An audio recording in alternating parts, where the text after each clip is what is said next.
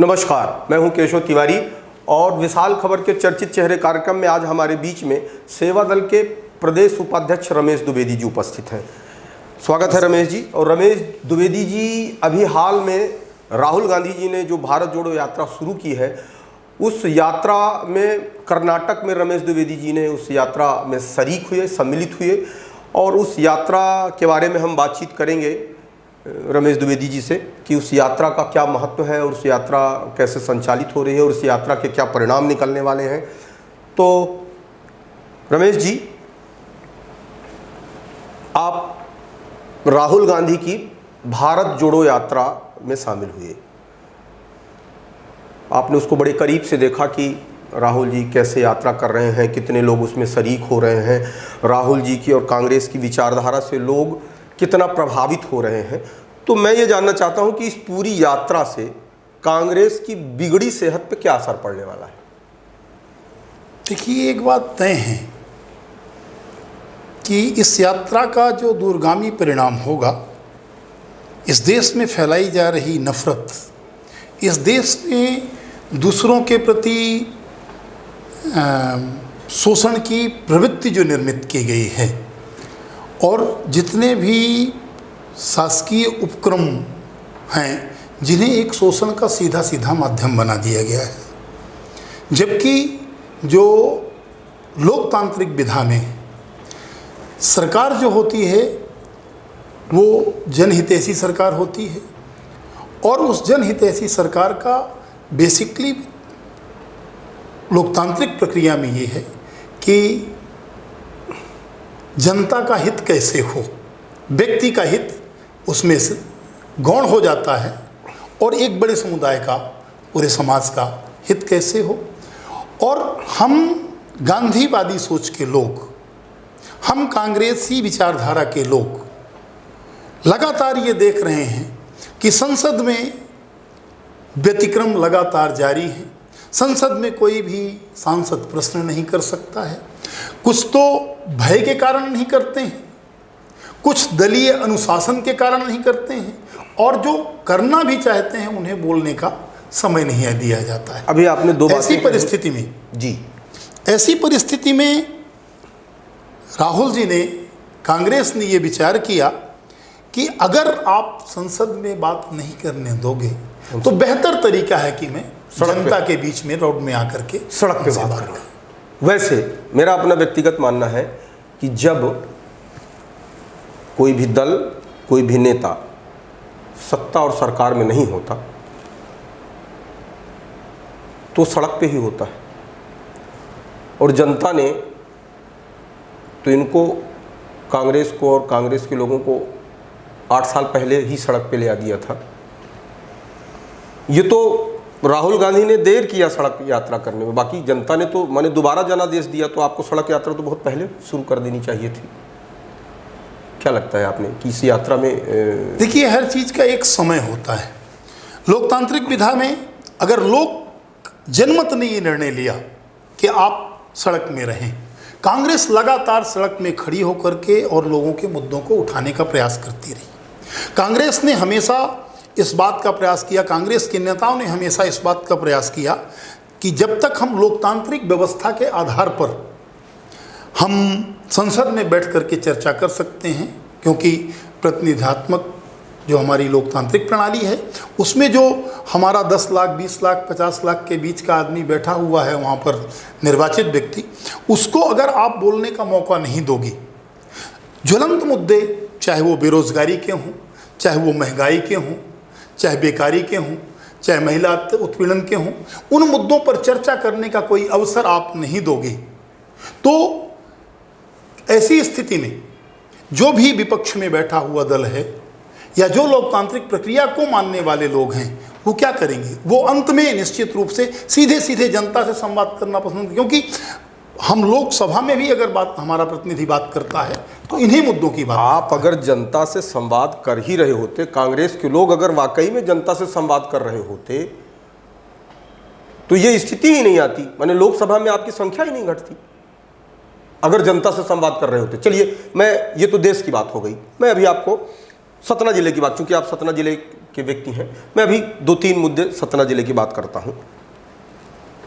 पिछड़ा वर्ग के एक कर्मचारी जो विश्वकर्मा था, खाद्य एवं औषधि विभाग का इंस्पेक्टर था, उसको अमरपाटन और रामनगर में पोस्टिंग थी उसकी। उसने कोई सैंपलिंग लिया, सैंपल लेने के बाद उसको एक माने एक भाजपा सरकार के एक मंत्री ने कहा कि मैं तुमको उल्टा टांग दूंगा, और न सिर्फ उल्टा टांग दूंगा, कुछ दिन बाद उसका स्थानांतरण भी बालाघाट हो गया। कांग्रेस पूरी तरह से मौन, जबकि पिछड़ा वर्ग कांग्रेस का प्रदेशाध्यक्ष सतना जिला में रहता है। पहला मुद्दा। दूसरा मुद्दा, खैरा गांव में एक महिला को अर्धनग्न करके पूरे गांव में घुमाया गया। कांग्रेस मौन, पिछड़ा वर्ग कांग्रेस का प्रदेशाध्यक्ष मौन। 2 मुद्दे। तीसरा, चित्रकूट में सिद्धा पहाड़ के पास माने उत्खनन की बात शुरू हुई। उस उत्खनन के पूरे मुद्दे को मैहर के नारायण त्रिपाठी ने रोक लिया और पूरा श्रेय उनने लिया। थोड़ा बहुत नीलांशु चतुर्वेदी जी ने भी, मतलब जिसको नहीं कहते कि नींद से जागते जागते एक आध 2 शब्द उनने बोल दिए। अब आप एक चीज बताइए कि अगर आम जनता के मुद्दों को लेकर के कांग्रेस अगर सड़क पे उतरती, तो क्या आपको लगता है कि कांग्रेस माने अगर सत्ता का अनुपात देखें तो 50 वर्ष से अधिक केंद्र में उसका शासन रहा, प्रदेश में भी उसका शासन अन्य विपक्षी दलों से ज्यादा रहा। इसके बावजूद भी आज स्थिति यह है कि कांग्रेस सत्ता में न होने के बाद भी, माने एक जो विपक्ष की भूमिका होती है, उस विपक्ष की ईमानदार भूमिका या सार्थक भूमिका जो निभानी चाहिए कांग्रेस को, उसमें कांग्रेस पूरी तरह से मेरी निगाह में अक्षम और नकारा साबित हुई है। निश्चित रूप से मुझे ऐसा कभी कभी लगता है कि जो मीडिया हाउस हैं जी, या जो प्रिंट मीडिया है या इलेक्ट्रॉनिक मीडिया है, उनके संवाद की स्थिति में हो सकता है वो चीज़ें नहीं आई हों जी। कांग्रेस ने जहाँ भी जैसी भी उचित फोरम पर जी, कांग्रेस के लोगों ने उन प्रतिनिधियों को जाकर के सक्षम व्यक्तियों को इस बात का अपना विरोध दर्ज कराया ही है, और उसको प्रचार कितना आपका माध्यम दे पाया है ये एक अलग विषय हो सकता है। भाई हम लोग तो प्रचार देने के लिए ही बैठे हैं। नहीं, अगर आप कहीं कुछ करेंगे तो हम तो प्रचार देंगे ही। अभी मैंने अभी ये 3 मुद्दे गिनाए, एक चौथा मुद्दा, एक पटवारी जो भूमि घोटाले कांड में जेल जा चुका है, उस पटवारी को पुनः सतना में विधानसभा में उसके लिए वो पास किया गया कि जो लोग इस तरीके के भ्रष्टाचार में शामिल हैं उनको दोबारा उस जगह पे पदस्थापना न की जाए। उसके बावजूद भी भारतीय जनता पार्टी के सरकार के लोगों ने उस पटवारी को यहाँ पदस्थापना दे दी। कांग्रेस मौन। नहीं, हमारी कांग्रेस की इस यात्रा का बेसिकली उद्देश्य ही ये है कि इन्होंने जो तानाशाही प्रवृत्ति जो वर्तमान शासन देश में से लेकर प्रदेश स्तर पे बैठा हुआ है, इसकी एक तानाशाही प्रवृत्ति है। देखिए कि गलत आदमी, ये सिद्धांत की बात तो ऐसे करेंगे कि इनसे उच्चतर सिद्धांत वाला व्यक्ति कोई नहीं। देखिए क्या था, CBI, ED ये सब सरकारी तोते थे। जब कांग्रेस सरकार में होती थी तो इन संस्थाओं का दुरुपयोग, अगर सही मायनों में मैं कहूं तो इन संस्थाओं का दुरुपयोग करना भारतीय जनता पार्टी के लोगों को कांग्रेस ने ही सिखाया। अंतर इतना हो सकता था कि कांग्रेस के लोगों ने थोड़ी सा कम मुखर होकर के उन सरकारी संस्थाओं का दुरुपयोग किया। ये हो सकता है कुछ ज़्यादा कर रहे हैं या उन संस्थाओं का अपने दिमाग से बेहतर उपयोग कर रहे हैं। लेकिन अगर आप ये कहें कि इन संस्थाओं का दुरुपयोग सिर्फ भारतीय जनता पार्टी कर रही है तो ये कहना गलत होगा। देखिए, एक बात तय है कि संस्थाओं का उपयोग कांग्रेस ने लोकतंत्र की व्यवस्था को कायम में रखने के लिए किया। इनका प्रयास बेसिकली इन संस्थाओं का दुरुपयोग मूल रूप से कांग्रेस को या दूसरे दलों को बर्बाद करने के लिए एक तो होता है, क्योंकि इन्हें कहीं भी लोकतंत्र की उस व्यवस्था में ये एक शब्द सुनना पसंद नहीं करते हैं। वो तो नारे, उन्हें तो नारा ही दे दिया है कांग्रेस मुक्त भारत। अब आपको अपनी तैयारी करनी चाहिए कि कांग्रेस युक्त भारत हो। देखिए, एक बात तय है कि इस यात्रा ने तो ये साबित कर दिया है। इस यात्रा में हम कन्याकुमारी से लेकर के जो कश्मीर तक हम लोग जा रहे हैं, इसमें तो आम जनता ने तो ये साबित कर दिया है क्या कि प्रदेश में, जिस प्रदेश में चाहे हम तमिलनाडु गए, केरल गए, कर्नाटक गए, यहाँ तक की यात्रा ने कांग्रेस ने नहीं, आम जनता ने ये साबित कर दिया है कि हम कांग्रेस के साथ हैं। लेकिन इनके पास जो ईवीएम को हैकर करने के एक हैकर्स का ग्रुप है, ये जो अपराधियों का एक साइबर क्राइम का एक ग्रुप है, उस ग्रुप में बैठे हुए लोग जब तक ये साइबर क्राइम का ये हिस्सा बनाए रखेंगे इसको ईवीएम को, तब तक ये स्थितियां बनी रहेंगी। भाई अगर ईवीएम को अगर ये हैक कर रहे होते तो छत्तीसगढ़ में आपकी सरकार नहीं होती। देखिए एक बात आपको बता दूं कि छत्तीसगढ़ में और मध्य प्रदेश में या महाराष्ट्र में या गुजरात में या कर्नाटक में, आप किसी भी स्टेट की आप बात कर लो, तो इन्होंने दो चीज़ों का, एक तो धन बल, क्योंकि इनके आज की स्थिति में ये है कि हिंदुस्तान में जितना भी पैसा आया आपने नोटबंदी के माध्यम से कहाँ रख दिया? सरकार के हाथ में आ गया, बैंक के हाथ में आ गया। उन बैंकों के बैंकक्रप्ट होने की स्थितियां बहुत सारी हिंदुस्तान में खड़ी हो रही हैं, क्योंकि आपने वो पैसा कहाँ अपने कुछ चहेते लोगों को दे दिया। आपके जो आर्थिक संसाधनों की स्थिति देखिए कि गरीब से गरीब तर होता जा रहा है, और जो बड़े स्तर पे लोग बैठे हुए हैं उनके इनकम की स्थितियां अगर आप देखें तो कोई लाखों करोड़ों पर डे कमा रहा है और कोई, वो तो स्थिति कांग्रेस के जमाने में भी थी, गरीब हो रहा था, बड़ा आदमी बड़ा। और नहीं, देश में 50 साल से ज्यादा इस देश में सरकार चलाने का काम कांग्रेस ने किया, लेकिन क्या कांग्रेस गरीबी दूर कर पाई? क्या कांग्रेस बेरोजगारी दूर कर पाई? और सच्चाई ये है कि आज जिन प्रदेशों में आपकी सरकार है, क्या वहां बेरोजगारी नहीं है? क्या वहां गरीबी नहीं है? देखिए बेरोजगारी, गरीबी, हमारा बेसिकली उद्देश्य इस बात का रहा है कि हमारे इस दौरान में जी, इस उदारीकरण के युग में जो स्थितियां हुई, जितने करोड़पति बने इस देश में, जितना काम और जितनी इकोनॉमी का बूम आया, उस बूम को मोदी जी ने एकदम से एक झटके से खत्म कर दिया। इस सरकार ने आते, क्यों मैं शब्द इस्तेमाल व्यक्तिगत इसलिए नहीं करता हूं कि जनरली उपयोग हो जाता है कि हम लांछित कर रहे हैं व्यक्ति को, क्योंकि इनकी पॉलिसी ही ये है। इनकी पॉलिसी आरएसएस की मूल किताब में लिखा हुआ है कि आप अगर बड़े समुदाय में को गरीब रखोगे तो आप इस देश में ज़्यादा दिनों तक शासन कर सकते हो। कौन सी किताब में लिखा है ये सावरकर की या इनकी आरएसएस की? नहीं, वो किताब का नाम मैं बुक का नाम बता दूंगा आपको। हाँ। मेरे को ध्यान नहीं आ रहा है। बुक का नाम भी बताइए, मैं आपको पढ़ करके उसको व्हाट्सएप मैं उसको बकायदा कोट करूंगा आपको। हाँ। कि जितने लोगों को आप गरीब रखोगे उतने दिन तक। इनकी तो पॉलिसी ये थी कि हिंदुस्तान में लोकतंत्र ना लागू हो। उन्हें तो उस समय 1947 में जब ये देश आज़ाद हुआ तब आरएसएस की ये का निर्णय था, प्रस्ताव था उस समय का कि ये सत्ता नेपाल राजा को दे दी जाए। शायद आप को पढ़ने के लिए मौका नहीं मिलेगा, मैं उसको भी आपको उपलब्ध कराऊंगा। जी बिल्कुल। इनकी विधिवत वो पॉलिसीज हैं। 1916 में एक अंग्रेज ने हिंदुस्तान के ऊपर एक किताब लिखी, ये जेल में थे सावरकर जी।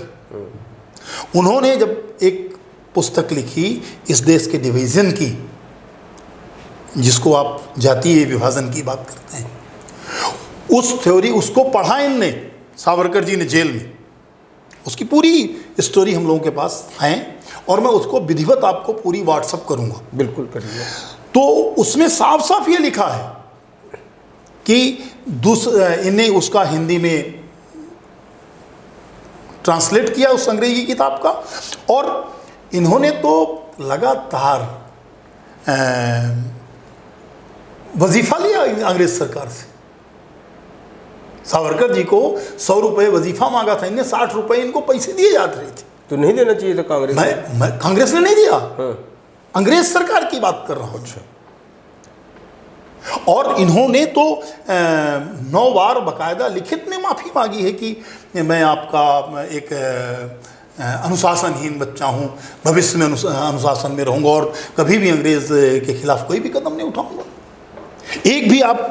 एक भी मूवमेंट 1923-24 में आरएसएस एस्टेब्लिश होता है और एक भी मूवमेंट में ये तो मुखबिर थे और इन्होंने लगातार मुखबरी की। और इनका इस बात का कंटिन्यू इस बात का प्रयास है कि इस देश में किस तरह से सामाजिक समरसता जो कायम है। लेकिन आपने कभी एक बात कही कि ये लोग नफरत फैलाने का काम करते हैं।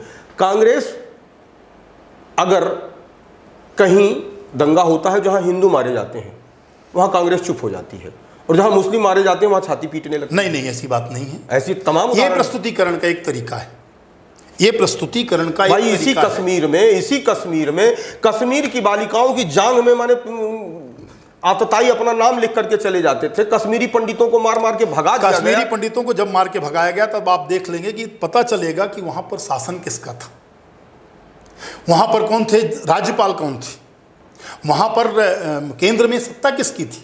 जब उसको आप देखोगे तब आपकी समझ में आएगा। कश्मीरी पंडितों का पलायन उस दौरान हुआ जब इनके सहयोग से दूसरे की सरकार बनी हुई थी। ये आरोपित जरूर करते हैं, और ऐसा इस सिस्टम में ऐसे आरोपित करते हैं कि करते ये हैं, और वो कहीं ना कहीं कुछ हमारे अपने लोगों की उदारता के चलते। कांग्रेस का मैं आपको एक थोड़ा सा उदाहरण दूंगा कि कांग्रेस इतने उदारवादी दृष्टिकोण के लोग हैं कि इन्होंने कभी भी इस बात का आरोप नहीं लगाया कि कोई भी व्यक्ति स्लिप टंग कैसे हो जाता है बात करते करते। अभी तो एक तत्काल में पिछली जब 4 तारीख की रैली हुई और राहुल जी ने इतने रुपए लीटर पेट्रोल, इतने रुपए लीटर डीजल, इतने रुपए लीटर, और उसमें आटे की बात की, उसमें लीटर निकला तो उसको तत्काल उसको उन्होंने किलो में संशोधित किया। इनका जो मीडिया था, सोशल मीडिया, उसने उस बात को लेकर के लीटर की बात करना शुरू किया। इनको ये नहीं दिखता है कि मोदी जी गोरखनाथ जी को, कबीर को और गुरु नानक को आध्यात्मिक चर्चा करते हुए दिखाते हैं, वो नहीं दिखता। मतलब किसी भी बात को कैसे डिफेम किया जाए, किसी भी गलत बात को सच्चाई में कैसे बदला जाए, उसको बार बार रिपीट करके जो हिटलर की, गोबल्स की पॉलिसी हम मान लेते हैं कि उनने ऐसा उसको करते हैं। आज उनको 8 साल इस देश की सत्ता में हुआ, उनने अपना तंत्र विकसित कर लिया और हर सही बात को वो गलत साबित कर देते हैं।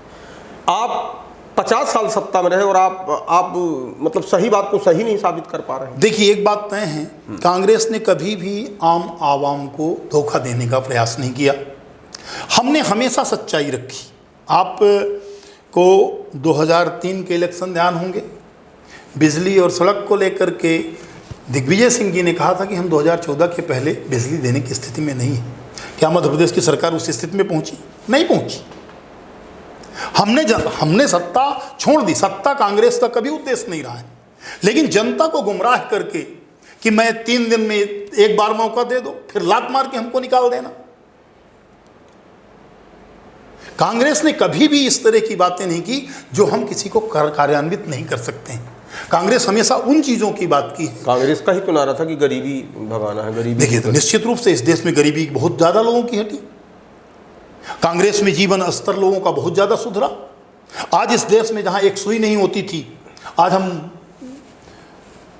हवाई जहाज बना रहे हैं। हवाई जहाज नहीं, स्पेस में भेजने वाले बना दिए, और शायद विश्व में हमने इकट्ठा जितने प्लेन भेजे हैं वो किसी ने भी नहीं भेजा।